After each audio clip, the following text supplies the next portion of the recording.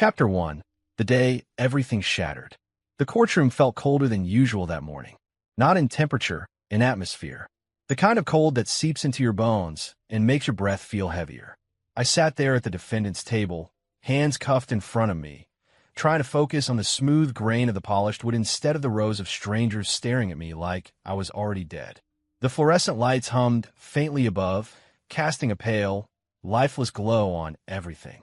There was the faint scent of paper, cheap coffee, and too many bodies crammed into a small space. My pulse thudded in my ears. I could hear the scrape of chairs as the jury filed in. Every footstep sounded like a nail being hammered into my coffin. "All rise," the bailiff's voice echoed. The judge entered, black robe swaying, face carved into something between authority and indifference. Judge Peterson. I'd seen that look before on job inspectors walking through my construction sites. The kind of man who has already made up his mind before opening the report. I searched the gallery until my eyes found her. Elena, my wife. She was sitting in the front row, her legs crossed, hands folded neatly in her lap. Her hair was styled to perfection, the kind of effort she used to save for anniversaries or business galas. I wanted to believe it was for me, that she wanted to look her best in support of her husband on the worst day of his life. But there was something in her posture, relaxed, almost casual, that didn't fit. Her gaze met mine briefly. No tears, no quiver in her lip, just a faint, unreadable smile. Victor Hale sat beside her, my business partner, my best friend since college, a man who had toasted at my wedding, who'd once loaned me 10 grand to keep a project alive. Today, he looked every bit the polished executive. Tailored navy suit, silk tie, hair slicked back. His hand rested casually on the back of Elena's chair. Too casually. I told myself I was imagining it. I had to be. The judge cleared his throat, and the sound sliced through my thoughts. Michael Carter, Judge Peterson began, voice steady as stone. This court has reviewed the evidence presented, the fraudulent financial records, the testimony of witnesses, and the expert analysis confirming deliberate embezzlement from Carter and Hale Construction. Each word felt like a hammer strike. My shoulders tensed. I wanted to shout, to tell them it was all lies, that I'd never stolen a cent. But I'd already tried that. They'd already decided. This court finds you guilty on all counts. There it was. Final. No escape. The judge's voice lowered, but it somehow grew heavier.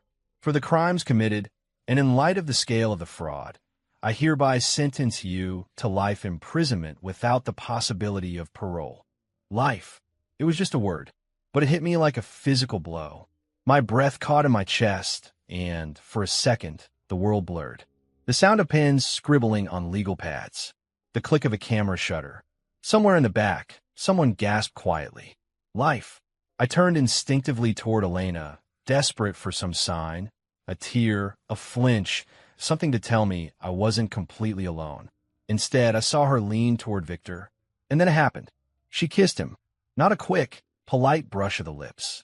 No, this was slow, deliberate, like they had all the time in the world. Her hand slid up to his cheek, nails grazing his jawline. His arm tightened around her. For a moment, I forgot how to breathe. When she pulled away, she tilted her head just enough for me to catch her profile, her lips curling into a smirk. And then, softly, just loud enough for me to read her mouth, she said, "Such a shame, rot in prison, loser." The words weren't even shouted, but they echoed in my head louder than the judge's sentence. My knees felt weak, and if the guards hadn't been right there, I might have fallen. "Let's go," one of them muttered, tugging me by the arm. The clink of the chains at my wrists was deafening now. I tried to keep my eyes forward as they led me past the gallery, but I couldn't stop myself from looking at her one more time. She didn't even bother to look guilty. She was laughing at something Victor whispered in her ear. My former best friend. Then I saw Lily. She was sitting between Elena and her mother, my mother-in-law, her tiny legs dangling above the floor. Her wide brown eyes locked on mine, so much like her mother's, yet so different in their innocence. She wasn't smiling. She wasn't crying either, just watching me with that quiet, serious expression she sometimes had when she was figuring out how something worked. The guard pushed me forward. We were nearly at the door when I felt a small, quick touch against my hand. I glanced down. Lily's fingers, no bigger than the links of my chain, slipped something into my palm with a speed that told me she didn't want anyone to see. I closed my fist instinctively, and then she was gone from view. The heavy courtroom door swung shut behind me, sealing me in a narrow hallway that smelled of disinfectant and old paint. The world outside that door didn't matter anymore. The walk to the holding area was a blur, metal gates sliding open, guards chatting idly about lunch breaks as if my entire life hadn't just been destroyed. Someone patted me down again, more out of routine than necessity. Hours later, though it could have been minutes or days for all I knew, I found myself in a cell. For walls of peeling paint, a toilet in the corner, a steel-framed bunk. My new world. It was only then, when the echo of footsteps faded and the cell door clanged shut, that I opened my hand. A folded piece of paper, no bigger than a grocery receipt. I recognized the handwriting instantly. Big, uneven letters, some of them backward, drawn with the kind of fierce concentration only a child can have. I sat on the edge of the bed, my chains rattling faintly as I smoothed the paper open. Don't worry, Dad. Wait for 12 days only. I fixed everything. I stared at it. Read it again. And again. My chest tightened, and for the first time since the sentence, I felt something other than despair. 12 days. Fixed everything. What the hell did she mean? Chapter 2. Before the betrayal. Before the courtroom. Before the chains. Before the smell of bleach and steel that would come to define my days. There was the life I thought I'd built to last. Back then, my world was dust, sweat, and blueprints. I owned Carter and Hale Construction, and for years, it was my pride. My morning started before sunrise. I'd pour myself into the work, framing houses, overseeing site crews, hammering out contracts. Long days, longer weeks, but every nail I drove and every deal I signed had a purpose. Elena and Lily. Our home reflected that. A modest two-story in a good neighborhood, white trim, freshly painted porch. Lily's laughter would fill the halls in the evenings, and I'd come home to Elena's warm smile and the smell of dinner in the oven. She had that kind of beauty that made people turn their heads twice. Long chestnut hair, green eyes that seemed to change shade with her mood, and a confidence that wrapped around her like a designer dress. My friends used to joke, "Mike, how the hell did a guy like you land her?" I just laugh it off. Hard work, my friend. The kind of work you can't do with your hands. She was my queen, and I made sure she knew it. Vacations to the coast, anniversary dinners at the best restaurants in town, surprise weekend getaways. She'd post pictures online, us smiling on a pier, her clinking champagne glasses with me, captions like "lucky to have him." If only I'd noticed the cracks forming in that perfect picture. It started small. Late-night outings with her girlfriends. "They're going through a rough time," she'd explain, slipping on heels while checking her reflection in the mirror. "They just need a night out." I'd kiss her cheek and tell her to have fun, never questioning why these nights out always ended after midnight, sometimes 2, sometimes 3 in the morning. Then came the phone. She used to leave it on the counter without a thought. But one day, I noticed she started carrying it everywhere, even into the shower. The lock screen changed from a photo of Lily to a generic ocean view. "Just like the colors better," she'd said when I asked. At company events, I began catching moments. Elena laughing a little too long at another man's joke. Her hand lingering on an arm in conversation. The subtle shift in her body language when she wanted to be noticed. And then there was Victor Hale. Victor and I had met in college, two broke kids who shared a knack for business and a taste for risk. While I was swinging hammers on summer jobs, Victor was learning the art of the pitch. He was the guy who could sell you an umbrella in the desert. Sharp suit, sharper tongue, and a smile that could charm the rust off a steel beam. When I started my company, he came in as my partner, bringing in deals while I managed the groundwork. For years, it worked. We were unstoppable. But Victor was different around Elena. I saw it early on, but I didn't want to see it. At first, it was harmless, or so I told myself. One evening, at a charity auction we sponsored, I caught him leaning close to her at the bar. "Careful, Hale," I said with a grin as I walked up. "That's my wife you're stealing all the laughs from." Victor smirked, swirling the whiskey in his glass. Can you blame me? If I had her at home, I'd never let her out of my sight. Elena chuckled and rolled her eyes, but I saw the way her lips curved at the compliment. Another time, during a rooftop party for our biggest client, Victor raised his glass toward me across the crowd. "To Mike," he called out, loud enough for half the guests to hear. "The man who builds empires and still somehow convinced Elena to marry him." I shot back. "Yeah, well, I figured if I kept you close, you wouldn't try stealing her." He grinned like it was all a joke, but there was a glint in his eyes, the kind that made me wonder if the joke was really on me. Still, I brushed it off. I'd known Victor for decades. I trusted him with my business, my livelihood. And Elena? She was my wife. She'd promised me forever under an oak tree with her hand in mine. Loyalty wasn't just expected, it was a given. At least, that's what I thought. One night, about a year before everything fell apart, I came home late from a site inspection. The house was dark except for the soft glow of the kitchen light. Elena was at the counter, phone in hand, smiling at the screen. "Hey," I said, dropping my keys into the dish by the door. "Who's got you grinning like that?" She turned the phone face down. "Just Sarah. She sent me a meme." I walked over, kissed her cheek, but the scent that met me wasn't hers. Not entirely. There was a faint trace of cologne. Not mine. "Victor stopped by today." I asked lightly.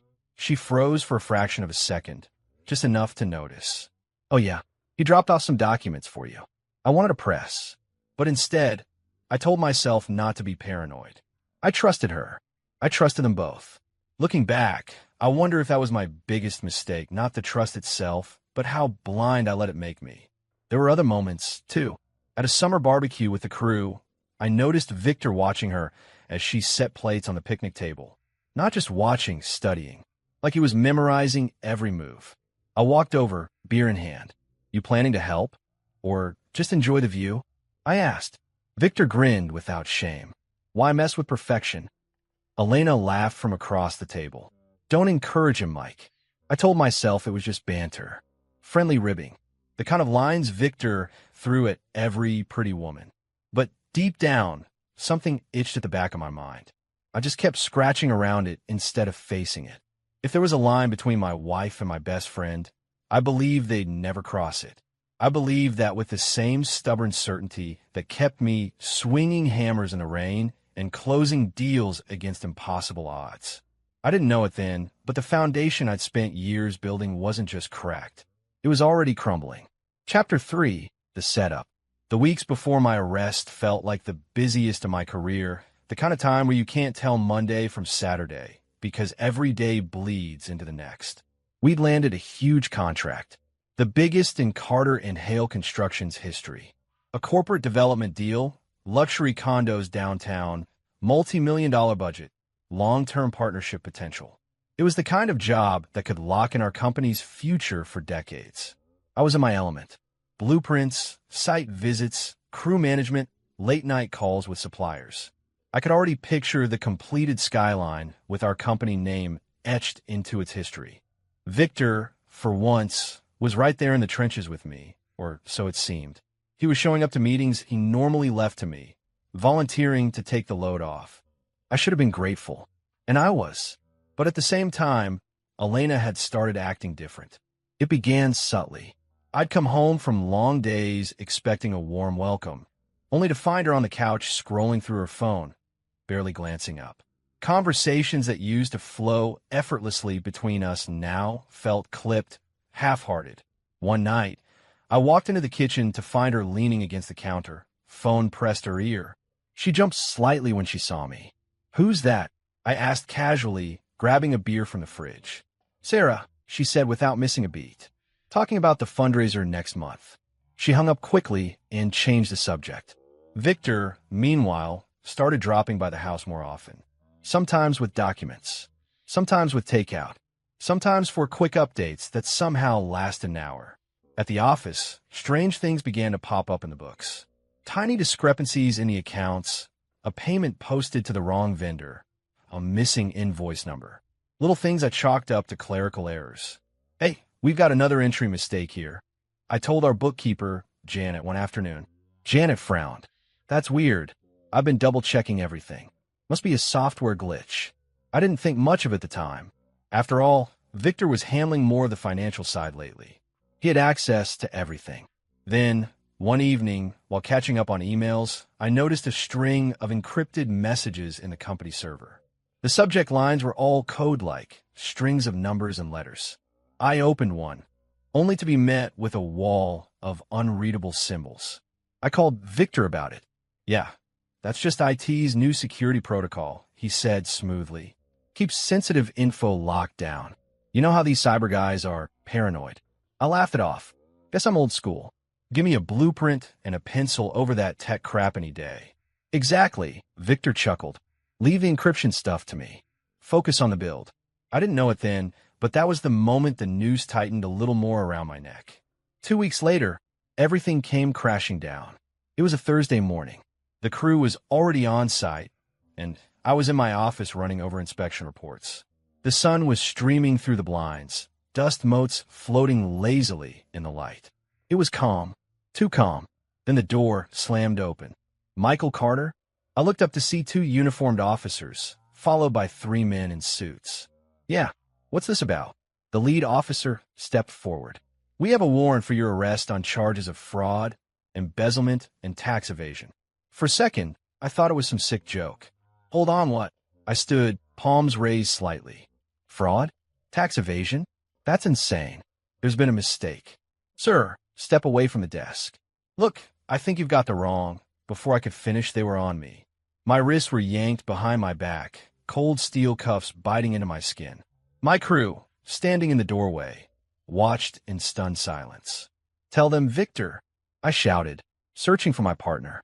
He appeared in the hallway, hands in his pockets, face unreadable. "Mike, I'm sorry," he said quietly.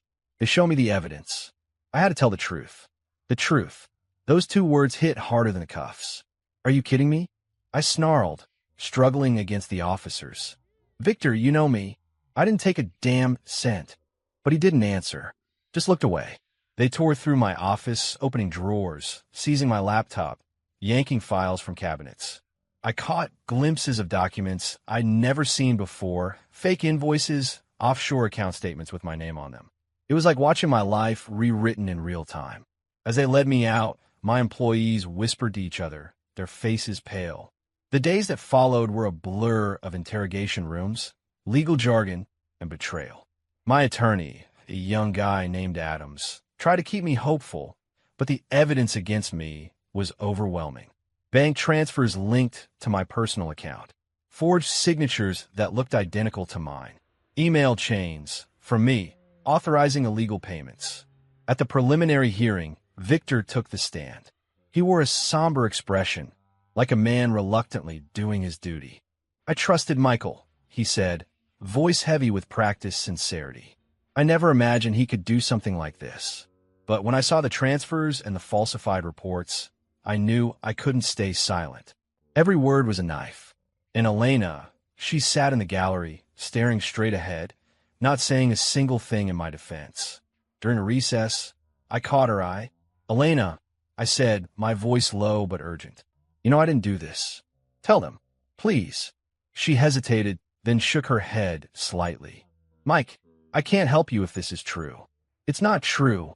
I snapped, my frustration spilling over. "You know me better than anyone." But she just looked away. When the hearing resumed, the prosecution laid out their case like they'd been rehearsing it for months. Every detail lined up too perfectly, as if someone had scripted the whole thing. By the end of it, I realized something that chilled me to the core. It wasn't that they'd found the truth. It was that they'd created it. And there was nothing I could do to prove otherwise. Chapter 4. The Verdict and the Kiss. The courtroom felt different on verdict day. Not quieter, not louder, just heavier. Like the air itself had gained weight overnight. I sat at the defense table in my suit, cuffs hidden under the tablecloth to make the scene look cleaner for the jury. My attorney, Adams, shuffled papers beside me, though we both knew there was nothing left to shuffle. From the corner of my eye, I saw Elena enter. Her heels clicked against the polished floor, sharp and deliberate. The scent of her perfume, jasmine and vanilla, drifted toward me, the same fragrance she used to wear when we went out for dinner dates. But now it felt like a ghost of something I'd lost.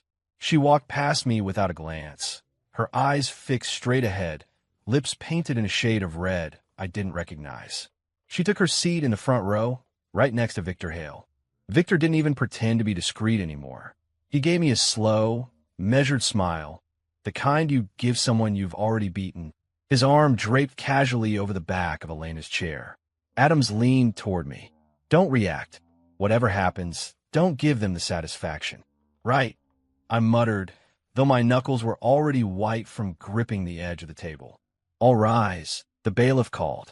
The jury filed in, their expressions carefully neutral, their eyes avoiding mine as though I were contagious. Not one of them looked at me. Not the older man in the tweed jacket, not the young woman who'd smiled politely on the first day. Every head tilted toward the floor or toward the judge. Judge Peterson's robe swayed as he settled into his seat. He glanced at the foreman. Has the jury reached a verdict? We have, Your Honor. My stomach tightened into a knot. The foreman, a middle-aged man with wire-rimmed glasses, cleared his throat and read from a folded piece of paper. On the charge of fraud, guilty.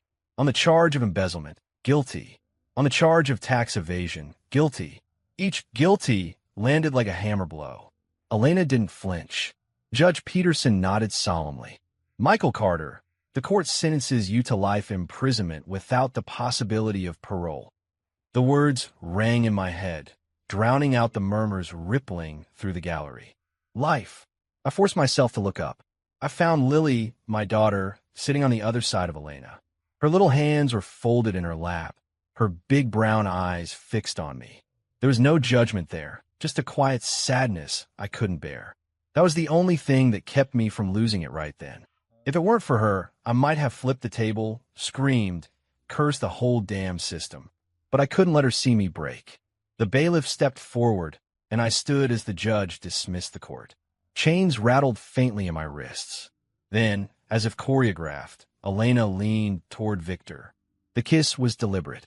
Long enough for everyone to notice, slow enough to sting like acid. Her hand came up to cradle his face, her thumb stroking his cheek. He kissed her back with the smug ease of a man who'd already claimed the prize.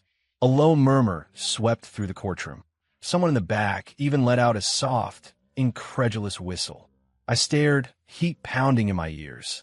I wanted to shout her name. I wanted to tear Victor's smug face apart with my bare hands. But then I caught sight of Lily again, and I swallowed the rage like a mouthful of glass. When Elena finally pulled away from Victor, she turned her head just enough to meet my eyes. That faint smile, the one that used to melt me, was now something else entirely. Cold, triumphant. She leaned forward slightly, her voice low but aimed right at me. Such a shame, rot in prison, loser. The words slid into me like a blade, twisting as she sat back in her seat, her hand still resting lightly on Victor's arm. That was the moment I realized the woman I'd married was gone. Not stolen, not corrupted, gone. In her place sat someone who wanted me to suffer. Someone who'd made it her mission to see me destroyed. Chapter 5, Life in a Cell. The first thing they take from you is the sky. Not your clothes, not your name, not even your dignity. Those go later. But the moment the gates slam shut and you hear the echo ricochet off the walls, you realize you won't see the sky without bars for a long, long time. The prison smelled like a mix of sweat, bleach, and despair. No matter how much disinfectant they used, the stench of bodies and fear clung to the walls. The sound was worse, metal doors clanging, guards barking orders, inmates shouting in a dozen different voices. It was chaos, but the kind of chaos that had its own rules. Carter, move it, the guard grunted, shoving me forward. I was led down a narrow tier lined with cells, the steel doors covered in tiny rectangular slots. Eyes followed me from behind bars, some curious, some hostile, some sizing me up like fresh meat. I kept my head up, but my gaze steady, like I'd read you were supposed to do. Here you go, the guard said, stopping at a door near the middle. Home sweet home. The door screeched open, and I stepped inside. The cell was barely big enough for 2 bunks, a small sink, and a stainless steel toilet. The air inside was hotter, thicker, the smell of unwashed clothes and damp concrete. On the bottom bunk sat a man in his 50s, built like he'd been carved out of wood. His skin was dark and weathered, his head shaved, his jaw set in a way that suggested he'd won more fights than he'd lost. He didn't look up from the paperback in his hands. "You snore?" "Not that I know of," I said. "Good. Last guy did." Didn't last long. He slid a bookmark between the pages and set the book down. "Name's Reggie." "Michael." He nodded toward the top bunk. "That's yours. Don't drop anything on me. And keep your shoes where you can grab him fast. You never know when they're going to pop the door in the middle of the night." I climbed up, the thin mattress sagging beneath me. The metal frame groaned with every shift of my weight. The pillow smelled faintly of bleach and something sour. Reggie studied me for a moment, his eyes sharp. "You look like you're still trying to figure out how you got here." Something like that. He leaned back, folding his arms. "First week's the hardest. You'll replay everything in your head, every decision, every word, every handshake you shouldn't have trusted. That loop will keep you up at night." He wasn't wrong. Even before he said it, the memories had already started rolling like a film I couldn't pause. Elena smiling across our kitchen table. Victor's smug nod at the trial. The jury looking anywhere but at me. Later, when the cell block went quiet and the hum of the overhead light became the only sound, I lay staring at the peeling paint above me, rewinding the tape in my mind. Where had it started? The first late night with friends. The way she laughed at Victor's jokes? The accounting errors? I went over it again and again, but there was no single moment that screamed betrayal. It had crept in like rot under fresh paint. At some point, I reached under my pillow and pulled out the single scrap of hope I had left. Lily's note. It was written on a torn piece of pink stationery, folded twice, the creases worn from my fingers. In her neat, careful handwriting, it said just 2 words and a number. 12 days. No explanation. No details. Just that. I found it tucked into the palm of my hand during the last time she hugged me before they took me away. I didn't know what it meant. 12 days until what? But somehow the way she'd written it, steady, certain, told me it wasn't random. I held it between my fingers like a talisman. I could almost hear her voice whispering it. 12 days, Dad. I didn't sleep that night. Not much, anyway. The next morning, Reggie was already up, doing push-ups beside his bunk. "Rise and shine, Carter. Welcome to day 2 of forever." I climbed down, rubbing my neck. He noticed the paper in my hand. "What's that?" "Nothing," I said, tucking it back under my pillow. He gave me a slow look, like he'd seen that kind of answer before. "Something that keeps you breathing, huh?" "Maybe." He sat on the edge of his bunk, elbows on his knees. "Listen, rookie, I'm not here to crush your spirit, but don't hang your sanity on some fairy tale. Out there, people promise you they'll fight for you. In here, you find out who meant it, and it's usually nobody." I met his eyes. "This isn't just a promise. It's a fact. My daughter wrote it." Reggie's gaze softened just a little, but only for a second. "I hope you're right. But this place? It eats hope. Chews it up and spits it out. Don't starve yourself waiting for a miracle." He turned back to his book, but his words stuck in my head. Maybe he was right. Maybe I was clinging to something meaningless. But every time I thought about letting go of that note, I saw Lily's handwriting again, those 2 words like a spark in the dark. The rest of the day passed in a blur of routines, roll call, bland meals served on plastic trays, and hours locked back in the cell. Every hallway we walked echoed with catcalls, shouts, and the occasional thud of a fight breaking out somewhere beyond view. That night, lying on the top bunk, I held the note again, staring at the number. 12. Whatever it meant, it was all I had left to believe in, and I wasn't going to let this place take that from me. Chapter 6, The 12 Days Countdown. The first mark went up on the wall the morning after Lily's note had burned itself into my brain. One line, carved shallowly into the paint with a dull screw I'd found wedged behind the bunk frame. It didn't look like much, just a scratch on faded cinder block, but to me it was a promise. Day 1. Every morning after count, I'd add another line. Reggie noticed on the 3rd day. "You building a calendar, Carter?" he asked, leaning against the wall, his arms folded. Something like that. He didn't push further. Reggie wasn't the kind of man to pry unless he had to. But I caught him watching me sometimes, like he was waiting to see if I was counting up or counting down. On the 4th night, the memories started hitting harder. I was back in our bedroom. Elena was brushing her hair in front of the mirror, the scent of her perfume drifting through the room. She'd said she was going to her sister's for the night, something about needing to help with a leaky faucet. I believed her without question. But when she returned the next morning, her hair was slightly mussed, her blouse creased in a way that didn't match a night on a couch. And the scent, it wasn't her perfume anymore. It was Victor's cologne. That spicy, expensive blend I'd smelled on in the day. He shook my hand for the first time. Traffic was a nightmare, she'd said casually, tossing her bag onto the couch. You eat breakfast yet? I'd kissed her on the cheek, forcing myself to ignore the wrongness of it all. Now, lying on my bunk in a cell that reeked of bleach and stale sweat, I replayed that morning over and over. The way she avoided my eyes. The faint smile she couldn't quite hide. Day 5 went up on the wall. On the 7th day, another memory hit, sharper this time. Victor and I had been standing in the driveway, just after I'd changed the oil in my truck.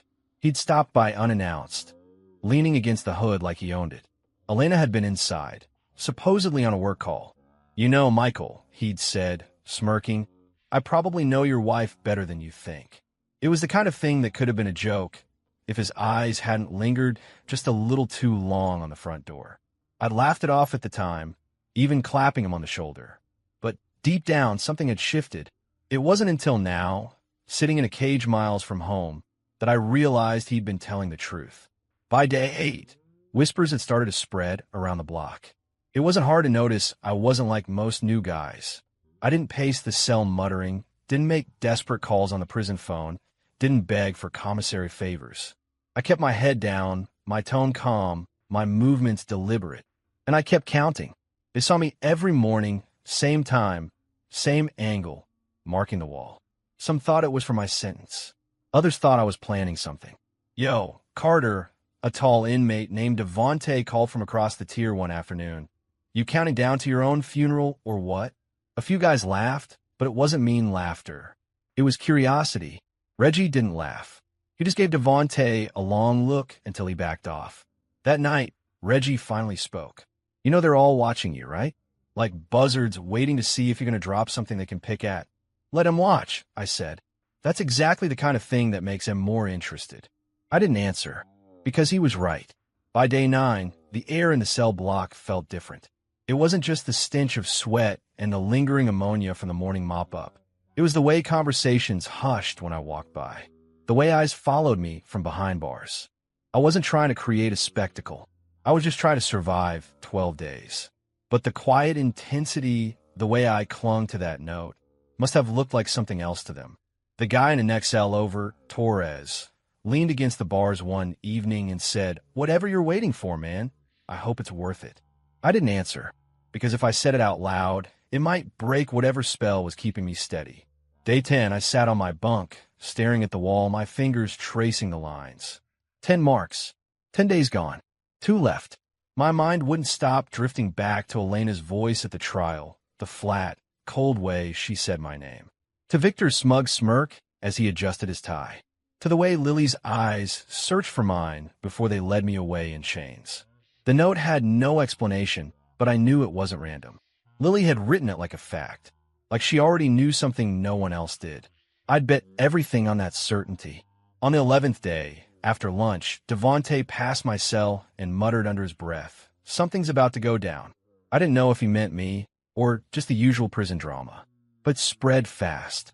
By evening, I could feel the weight of the entire tier's attention on me. Even the guards seemed to watch closer. Reggie shook his head. You're either going to walk out of here a free man in a couple days, or you're going to have a dozen guys asking you for the playbook. I smiled faintly. Guess we'll find out. Day 12. The last mark went up. The wall now had 12 short scratches, each one a day of waiting, of replaying every betrayal, of holding on to the only thing my daughter had given me. I sat back on my bunk, staring at them. 12 days. Exactly what Lily had promised. Exactly what I'd been counting on. Chapter 7. The twist unfolds. Day 12 began like any other. The clang of the tier gate, the bark of a guard's voice for morning count, the smell of burnt coffee drifting in from the mess hall. But the air felt different. I woke before Reggie stirred. My eyes locked on the 12 marks on the wall. The final one had gone up the night before. 12 scratches, each one a silent act of faith. Now, I just had to see if faith meant anything in a place like this. It was mid-morning when it happened. A guard I'd never spoken to much, stocky, shaved head, eyes like chipped ice, stopped at my cell. "Carter, on your feet." Reggie looked at me over the rim of his mug. "What's this about?" "Warden's office," the guard said. No explanation, no expression. That alone was enough to make every pair of eyes on the tier follow me as I stepped out. Warden's office calls weren't casual. You didn't get called up there unless you'd either done something serious or something serious was about to be done to you. The walk down the corridor felt like it took hours. My palms itched. My mind ran wild. Had someone finally taken a shot at Victor? Had Elena come forward?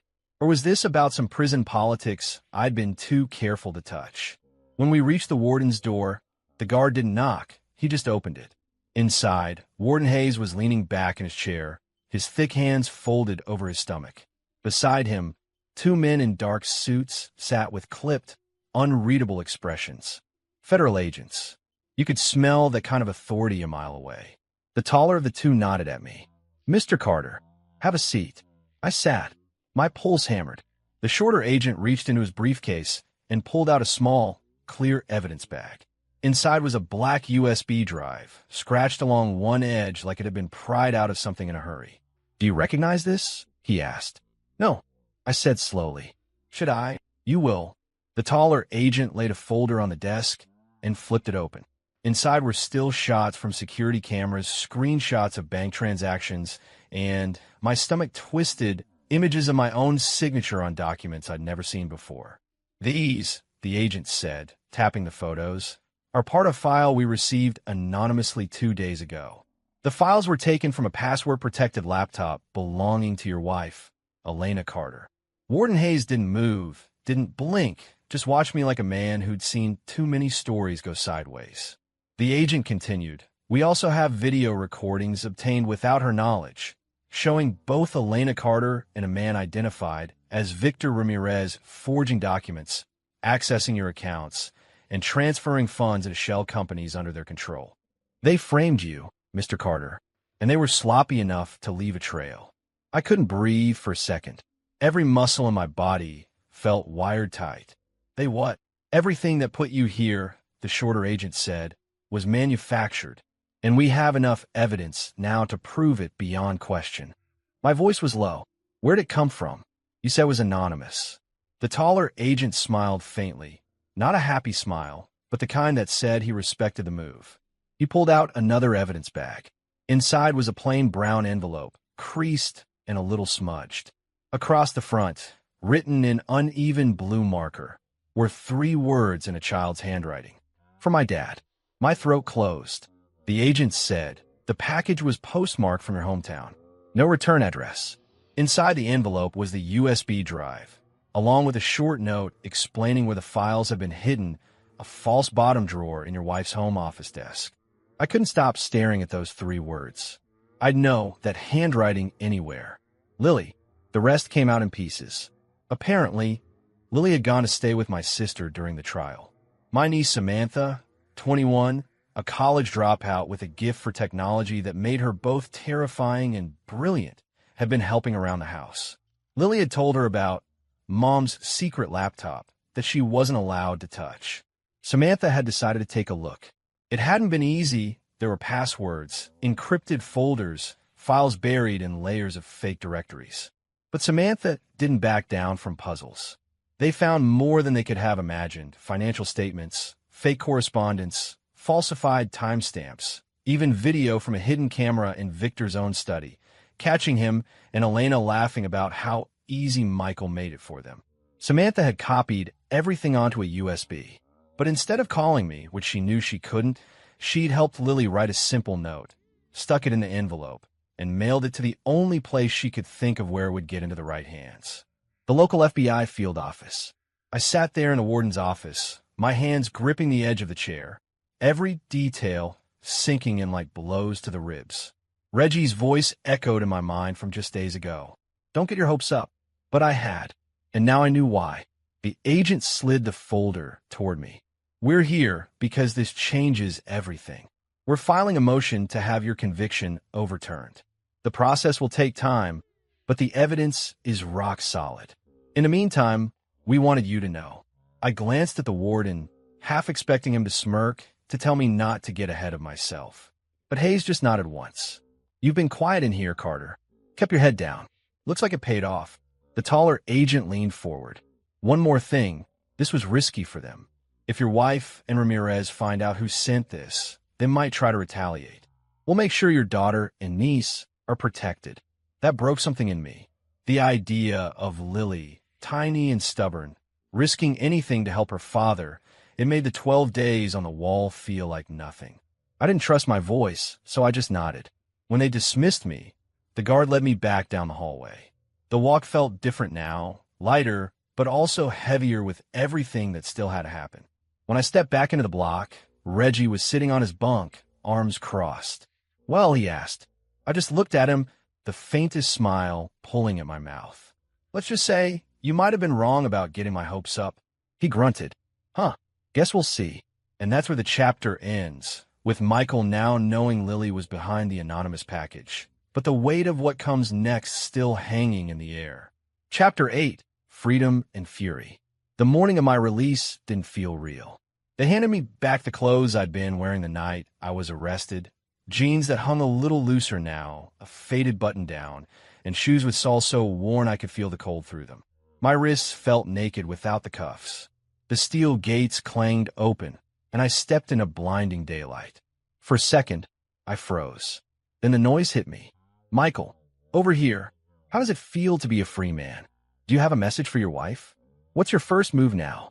A wall of microphones and flashing cameras pressed forward, reporters jostling like wolves who'd scented blood. I kept my eyes ahead, jaw tight. A younger journalist shoved in close enough for me to smell her perfume. Mr. Carter, is it true Victor Ramirez and your wife have both been denied bail? I didn't answer, didn't even slow down. They shouted more, questions about betrayal, about money, about justice. I walked straight through them, the only sound from me the crunch of gravel under my shoes. If they wanted a statement, they could wait. My words weren't for the world. Not yet. They were for her. A black sedan idled at the curb. The back door swung open, and I slid inside, the tinted glass muffling the chaos outside. Samantha was behind the wheel. Lily sat in the passenger seat, twisting her hands in her lap until she saw me. Then she turned, eyes wide, and smiled so big it hurt to look at. Dad. I swallowed hard. Hey, kiddo. The moment I said it, she unbuckled and crawled into the back seat, wrapping her arms around me. She was taller, her hair a little longer, but she still fit against me like she had when she was small. I held her tight, breathing her in, willing myself not to break in front of her. When she finally pulled back, I looked at Samantha. I heard what you did, what you both did. Samantha shrugged, but her eyes were sharp. Wasn't hard once we found the laptop. The hard part was keeping your daughter from telling Elena to her face. Lily gave a defiant little grin. I was this close. She held up 2 fingers almost touching. What happened? I asked. Samantha glanced at Lily, then back at me. A couple weeks ago, she was at the house, upstairs in her room. Elena and Ramirez thought they were alone. They had a bottle of wine open, laughing, talking about how you folded right into the trap. They actually said those words. Lily's small fist clenched. They said you were too trusting to ever suspect them. They laughed about it. Her voice wavered. I couldn't let that be the end. I stared at her, the weight of what she'd done, what it meant, sinking into me. Samantha continued. She came straight to me. We waited until Elena left for the gym, then went into her office. That's when we found a false bottom in the desk drawer. The laptop was there, along with an external drive. I pulled everything, emails, bank transfers, even videos from Victor's study. She shook her head in disbelief. They were so confident they weren't even careful. I mean, they brag about framing you on camera. My hand curled into fists. I could see Elena's smirk in my mind, the one she used when she thought she was the smartest person in the room. Lily's voice broke through my thoughts. I wrote the note. I didn't know what else to say. Just for my dad. I reached out and took her hand, squeezing it gently. You did more than I could have ever asked for, Lily. You gave me my life back. Her eyes glistened, and I saw the same stubborn spark that had once made her argue about bedtime when she was 8. I pulled her into another hug, my voice low against her hair. I'm proud of you, more than you'll ever know. When I let her go, I sat back, my jaw tight again, but for a different reason now. Gratitude was a warm burn in my chest, but underneath it, darker and hotter, was something else. Anger. Not the kind that fades. The kind that waits, that sharpens with time. As we drove, Samantha kept me updated. Victor and Elena had both been arrested the day before, charged with conspiracy, fraud, and perjury. The evidence we'd given them was airtight. Federal agents had raided both their homes, seizing accounts, hard drives, and anything else with a cord. They were caught off guard, Samantha said with satisfaction. Elena was still in her robe when they took her. Ramirez tried to talk his way out of it, but the agents didn't even bother listening. I pictured it, Elena, standing barefoot on the tile, hair uncombed, watching her perfect world crack apart in front of her. It should have felt like enough. It didn't. Lily leaned forward from the back seat, looking between us. So does that mean it's over? I hesitated. Samantha shot me a knowing look. For them? Not even close, I said finally. For us? We'll see. The rest of the ride was quiet, except for the hum of the engine. Every mile we put between us, and that prison felt like shedding a layer of weight, but there was one I couldn't shake. It wasn't just about getting my life back. It was about what they'd taken, what they'd thought they could destroy without consequence. Elena hadn't just betrayed me. She'd used me. She'd gutted our family for her convenience. Now she was sitting in a cell, probably replaying every choice she'd made. Good. Let her stew. But the first word she heard from me wouldn't come through a news clip. They'd be face to face. When Samantha pulled into my sister's driveway, Lily was the first one out of the car. She turned, waiting for me. As I stepped out, the sun hit my face. It was warm, but all I felt was the cold edge of the plan forming in my head. I wasn't going to shout. I wasn't going to make a scene. When the time came, I was going to look Elena in the eye and make her understand exactly what she'd done and what it was going to cost her. And until that moment, I'd let the fury build. Chapter 9, The Confrontation. The county detention center smelled like bleach and stale air. A heavy silence hung in the visitor lobby, broken only by the faint buzz of fluorescent lights and the occasional metallic clang from somewhere deep inside. I checked in with the desk officer, slid my ID across the scratch counter, and signed the logbook. She looked at me over the top of her glasses, like she knew exactly who I was and why I was here. Visiting inmate 4269, she asked. Yeah. My voice was calm. Flat. She nodded, made a note, and gestured for me to follow a guard. The walk to the visitation area felt longer than it was. My shoes squeaked against the polished concrete. Somewhere down another corridor, a man's voice shouted before being abruptly silenced. The guard led me into a small room lined with plexiglass partitions. A row of plastic chairs sat on either side, telephones bolted to the wall. I took a seat in the middle, facing the empty chair across the glass. I didn't have to wait long. Elena appeared, escorted by another officer. She wore an orange jumpsuit that hung loose on her frame, her hair a tangled mess, her face pale without the layers of makeup she used to wear like armor. She still had that instinctive sway to her hips, though even in county slippers, old habits die hard. When she saw me, her lips parted and her eyes glistened like she'd been waiting for this moment. She sat down, picked up the phone, and pressed it to her ear. I didn't move at first, just looked at her. Michael, her voice trembled. God, I'm so glad you came. I picked up the phone slowly, resting it against my ear without breaking eye contact. I'm sure you are. Her chin quivered. I made a mistake. I didn't know what I was doing. Victor, he manipulated me. You have to believe me. There it was. The performance. The same one she used to get out of traffic tickets, to talk her way into special treatment at restaurants, to turn every fight we'd ever had into my fault. I let a small smile creep onto my face. Funny, you didn't look manipulated when you were kissing him in front of our daughter. Her mouth opened, but nothing came out. She looked down, fumbling with the cord of the phone, her fingers shaking. I didn't mean for Lily to see that. He said, Don't.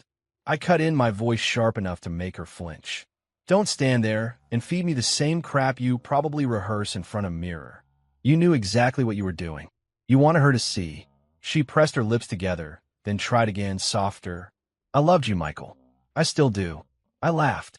Not loud, but enough to make her eyes flick up in confusion. You love me? Is that what love looks like to you? Framing me. Watching me get hauled away in handcuffs, and then playing house with the guy who helped do it. Her eyes filled again, and for a second, I almost believed the tears. But then I remembered Samantha's voice telling me about the laptop, about the laughter, about the bragging. You think I don't know what you said? I lean a little closer to the glass. You and Victor sitting there with your wine, talking about how easy it was to set me up, laughing about how trusting I was. Elena's breathing hitched, but she didn't deny it. I let the silence stretch between us, the hum of the lights filling the space. Then I spoke, slow and deliberate. You'll never see Lily again. Her head jerked up. What? You heard me. My voice didn't rise. It didn't need to. She doesn't need a mother who thinks betrayal is just another hobby. She's with people who care about her now. You're not even a shadow in her life anymore. Her composure cracked. You can't do that. She's my daughter. No, I said, leaning forward until my forehead nearly touched the glass. She's our daughter, and the difference between us is I never stopped being her parent. She gripped the phone tighter, knuckles white. Michael, please save it. You didn't think about her when you were in Victor's bed. You didn't think about her when you signed your name on those fake documents. You didn't think about her when you were laughing about the trap you set for me.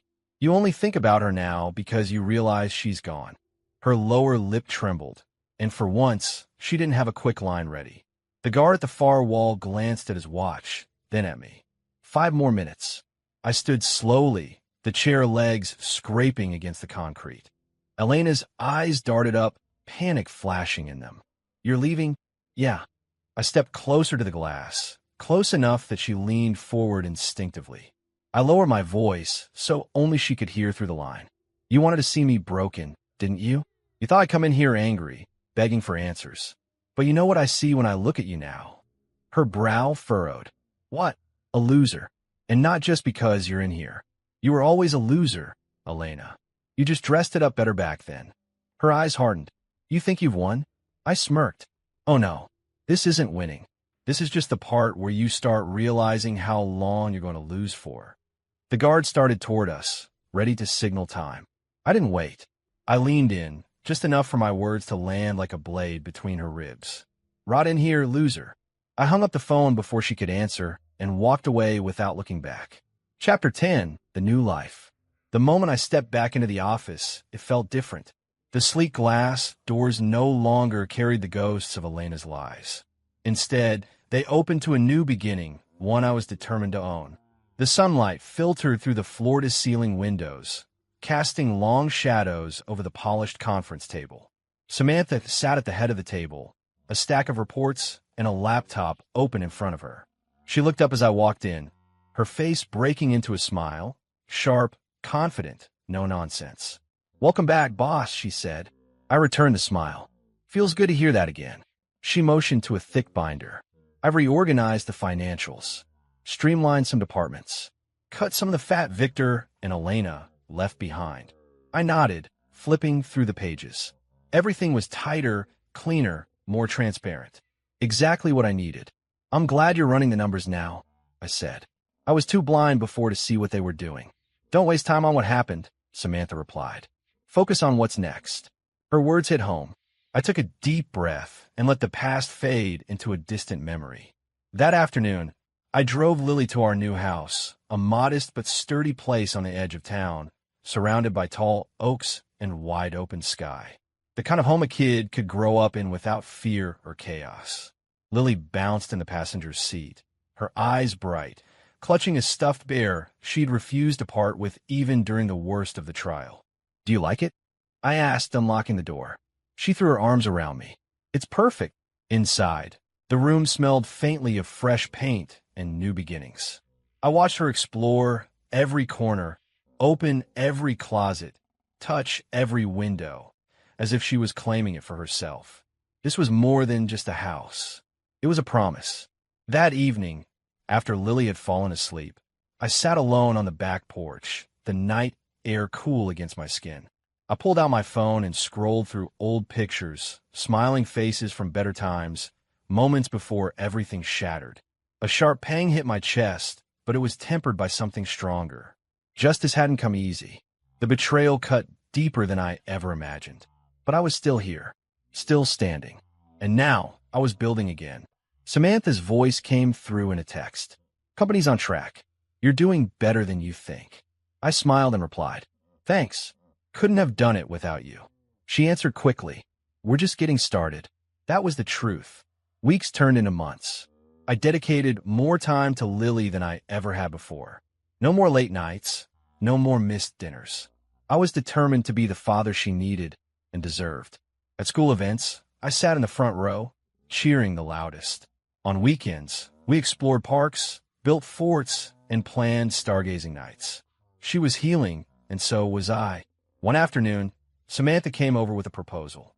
"I want to launch a new project," she said, excitement crackling in her voice.